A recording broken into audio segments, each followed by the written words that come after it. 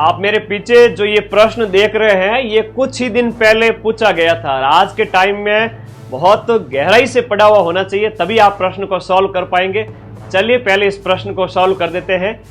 गौरी नृत्य के दौरान नर्तक है वो नंगे पांव रहते हैं, कथन बिल्कुल सही है।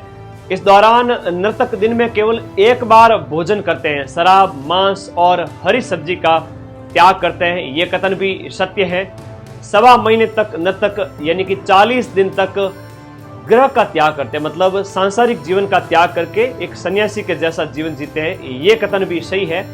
चौथा कथन इसमें गलत है, जिसमें आपको कहा गया है कि गौरी का जब मंचन किया जाता है तो टोटल 21 कहानियां होती है। ऐसा नहीं है, 8 से 9 कहानियां होती है जिनका नृत्य और अभिनय के द्वारा मंच पर मंचन किया जाता है।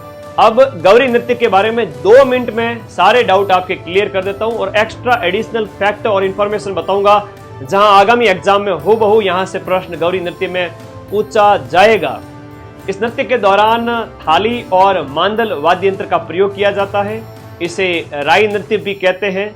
मेवाड़ में भील जनजाति का ये प्रसिद्ध नृत्य है।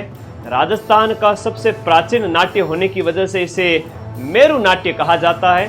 40 दिन तक जब इसका आयोजन होता है तो श्रावण पूर्णिमा से लेकर के भाद्रपद और उसके बाद में आश्विन के 9 दिन यानी कि आश्विन शुक्ल नवमी तक इसका आयोजन होता है। 40 दिन की समाप्ति के बाद में गलावण और वलावण की रस्म के साथ में इस नृत्य को विराम दिया जाता है। केवल दिन में ही प्रदर्शित होने वाला भारत का एकमात्र नृत्य है। शिव भस्मासुर की कथा पर यह आधारित है और इसमें केवल और केवल पुरुष भाग लेते हैं। स्त्रियों की वेशभूषा पहनकर स्त्री पात्र का अभिनय भी पुरुष लोग ही करते हैं। अब इस नृत्य में भाग लेने वाले जो कलाकार हैं, जो पात्र हैं, वो भी याद कर लीजिएगा। माता पार्वती का जो रूप धारण करता है उसे राई कहा जाता है। भगवान शिव का रूप धारण करने वाला जो मुख्य पात्र होता है उसे बुढ़िया या पुरिया कहा जाता है। खेलिया अन्य पात्र होते हैं।